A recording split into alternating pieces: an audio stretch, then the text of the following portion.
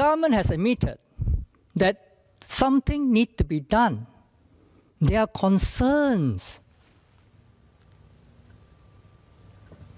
by Singaporeans regarding jobs and livelihood. So, but this thing has been going on and on. Has sufficient measures been taken to address all this? One of the things I want to ask is, has the government actually tried to find out what is the total number of displaced Singaporeans? I would think that you can't deny that there are Singaporeans who are displaced. Your narrative is that, oh, they are all because they don't have the skills. Let's not push the blame to the universities and the polytechnics so easily. It has been 20 years since we started the foreign talent policy. Within 20 years, we still haven't got our act together in training our people. You look at the growth of the Grab drivers, the growth of the our traineeship program, and the many of our independent workers. Okay, are they voluntarily opting for the independent lifestyle, or are they facing a difficulty in getting into a permanent job? Has the Manpower Ministry done a study on those things? Have you got the statistics? First, after hearing Mr. Leong, although he said he's not against FTA, but then he went on to say that you use freedom movement of natural person as a bargaining chip and sell away our rights for immigration, which I've explained is untrue. So after all the explanation, you still come to that conclusion, then I say this. Number one, PSP, you are against globalization, you are against FTA, even though I've gone to great length to explain that this is the bedrock of Singapore's economic survival. Number two, you are really not taking back the falsehoods and the allegations. After I quoted everything, I don't think you are taking it back. You do feel that the FTA and CICA, despite our explanation, let in Indian professionals freely into Singapore. In short is, we have been extremely successful, and I have explained this in my ministerial statement, in growing the Singapore economy, creating this multitude of jobs. I gave examples of our port, airport, financial services, ICT, manufacturing, you name it, we are hubs of all hubs.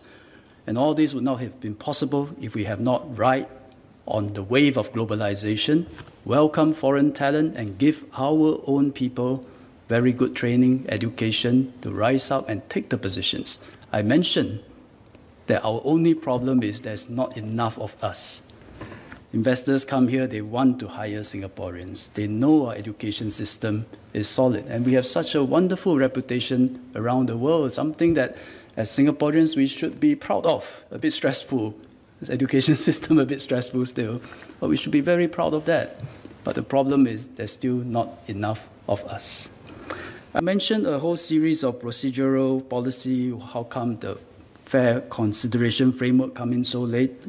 Why is the bar for entry salary raised only later? We've been reviewing policies. MOM, successive manpower ministers have been reviewing policies all the while. Policies are never static. It worked for a period of time. Then when China, India grow, you got a different influx of workers. You need to adjust your position. Then you review. And this process will continue. And we will continue to debate in this House on the pros and cons. And having heard that the jobs and livelihood of people are not being used as a bargaining chip, we are very reassured that our interests, the Singaporean interests, are being taken care of. However, whether CICA has contributed to the overall influx of nationals from the country, I think we need to study a bit more, because we have to go back and look at the numbers provided by the two ministers to see what is the share of the Indian PMETs in our overall PMET workforce, and to take into consideration what Minister Tan See Leng has said about we really need them. Then we would like to know whether there are skills transfer programs, whether really our education system is really catching up fast enough, and also the various practices in the market before we can make a final conclusion that CECA is really neutral to beneficial for Singapore. Just summarize that, yes, the PSP now agrees that FTAs are fundamental to Singapore's economic survival, and that includes CECA. So at least that is a common ground that we have established. I think that's useful, and thank you, Mr. Leong, for that. To what the Minister have said just now, I think there's a bit of a misinterpretation. What I've said is that we fully support FTAs. We know that that's important for Singapore. And we appreciate the point that we are not using the movement of people as a bargaining chip in the negotiation of the FTAs. But as to whether CECA has contributed to the influx of some of the PMETs in Singapore in relation to our overall foreign talent policy, we have to explore that. And we don't agree that CECA is net beneficial to Singapore at this stage. I take it that you are not withdrawing your allegation, and so be it. And I think that will be, well, at least we got you to say FTA and CECA is fundamental to our survival. But if you continue to allege, notwithstanding all our explanation, I think there is no choice. We have to leave it as such. It is regrettable because generations of FTA negotiators worked very hard to make sure our interests are all protected. And this is not a backdoor. This is not an avenue for any professionals from any country to enter Singapore with a free hand and unfettered.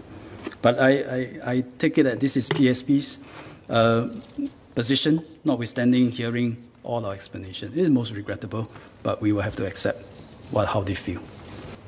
Let me first say that I'm terribly troubled by the way that the PSP has taken this, and I want to put on record clearly that the movement of natural persons is a very important chapter, but it was not used as a bargaining chip to trade for what else we got.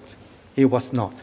And when I was permanent secretary, I was in the trenches negotiating many agreements with our ASEAN counterparts. And that's how we had the ASEAN Economic Free Trade Agreement that was enhanced, the ASEAN Economic Community, and thereafter, it was not just ASEAN. There were two things that we did. One was free trade agreement between Singapore and other countries, far bigger economies, Japan, Australia, US, and then more recently, the European Union. Now, you asked quite correctly, what is Singapore's bargaining chip? The honest answer is very little. We only have tariffs on 3 items: beer, stout, samsu. And what is that as a bargaining chip? But I think a very important quality for our public policy is that we must be creative and we must learn to meet the needs of other countries, to see what may be in the agreement that is of benefit to them. So let me tell Mr. Leong and your team that I spent 3 years of my life negotiating this agreement, because although I was a permanent secretary, and permanent secretary usually just supervise, they don't get into the trenches, the Indian side decided that it was an important agreement, they would have a PERMSEC. And Minister George will say, well, you have no choice. So I ended up being the chief negotiator for CECA. And I can tell you the amount of homework I had to do to look at how we can come to an agreement. I went to different parts of India because there was objection from every part of India, from business group to states. And I can share with you long stories about some of those most intriguing demands, which I managed to explain why we can't do that.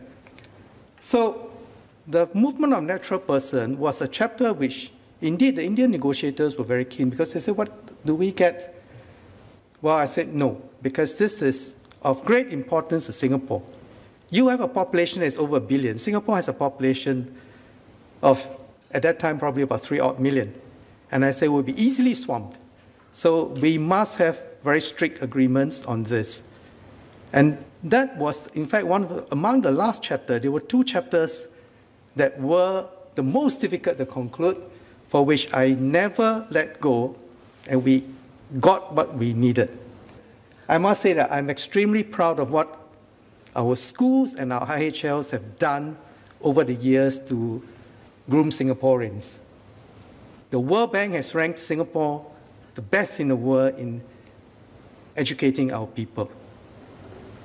So please do not go around thinking that, we have not put in enough effort. And in fact, we have increased cohort participation rates from 20% of cohort to now 40%. Government funded. We now have 6 universities. We have polytechnics and ITEs, which provide the most valuable practice-oriented learning. We have enhanced it with Skills Future. We have now earn and learn program and a whole range of programs. So I think, Mr. Leong, you will better serve Singaporeans if you help Singaporeans understand how changes are taking place so quickly, and you must help to encourage people to upgrade and learn new skills. And work to support our unions in forming company training committees and job security council and the like, in order to raise the ability of Singaporeans to compete. So I think to say that our education system has not done a good job or the government has not put enough, I would seriously ask you to rethink that and come back and debate us on that.